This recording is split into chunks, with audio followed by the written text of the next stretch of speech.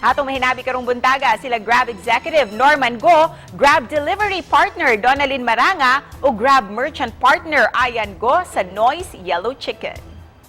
Maayong buntag po sa inyong lahat at welcome sa GMA Regional TV Live. Let's begin with Sir Norman. Good morning po, sir. Maayong buntag sa tanan. Sir, what were the efforts that Grab Philippines did to help those affected by Typhoon Odette here in Cebu? So we actually end up serving roughly 2,000 separate merchant partners. While on top of that, there were roughly 4,000 driver partners that also benefited from the assistance we provided. So for local businesses who need assistance, you can reach out to the Grab Cebu team and we'll get in touch with you for the assistance you may need.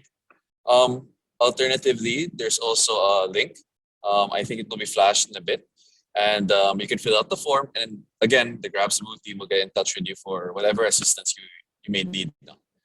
Whoever wishes to extend their support to our kababayans in Cebu, you can of course download or visit the Grab app and check out local merchants, local MSMEs, and Grab's merchant partners on the platform. This time naman, let's hear from our Grab Delivery Partner nga si Donalyn Maranga.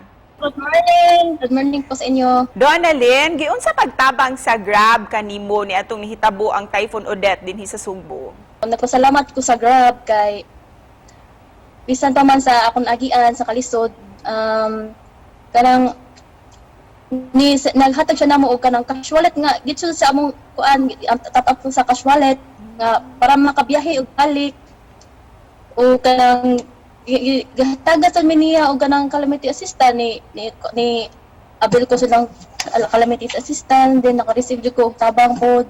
This time hinabiun ta ang Grab Merchant Partner nga si Ayan Go sa Noise Yellow Chicken. Sir Ayan, what specific help or aid was Grab able to give you after the onset of Typhoon Odette?